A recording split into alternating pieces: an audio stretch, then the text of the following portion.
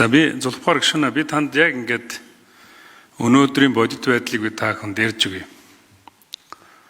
Ер нь бол одоо ингээд компаниуд төрийн байгууллагаас тендер зарладаг. Тэм компаниуд ордог. Бүгдээрээ л дарга нарт ойрхон компаниуд орцгоодог.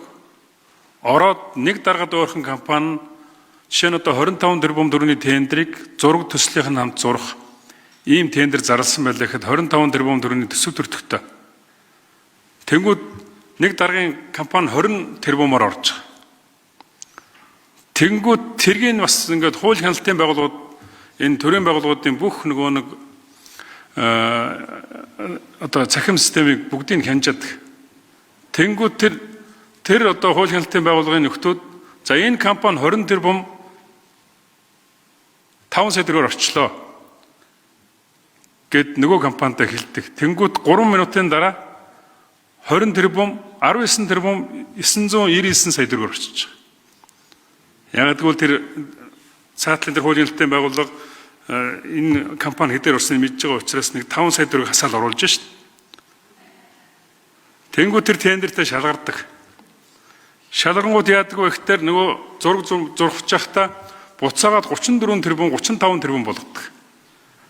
Тэгээ барилгын хөгжлөлтөөр очиж батлуулдаг. Тэгээд дээрэс нь аудитаар баталгаажуулдаг. Тэгээд нөгөө тендер чинь 35 болоо явчихдаг байхгүй юу? Ийм л юмыг өнгөрсөн энэ одоо ковидын үеийн энэ хүндрэлтэй холбоотойгоор барилгын үнийг нэмдэг.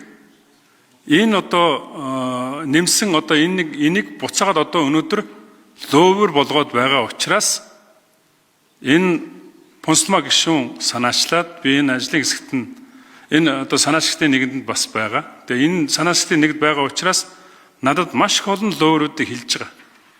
Барилгын хөгжлийн төв дээр болдог ийм одоо олон ловеруудыг тендер шалгаруулалттай холбоотой. Тэгэхээр энэ одоо янз янзын байдлаар бүх ингээд хууль хяналтын байгууллагатайгаа нийлээд барилгын хөгжлийн төвтэйгээ нийлээд аудитын байгууллагатайгаа нийлээд тэгээ эргэтэн дархтангууд энэ одоо ловерыг хийж байгаа шүү. Тийм учраас энийг хязгаарлахын тулд энэ одоо хуулийн энэ тогтоолын төслийг оруулж ирж байгаа.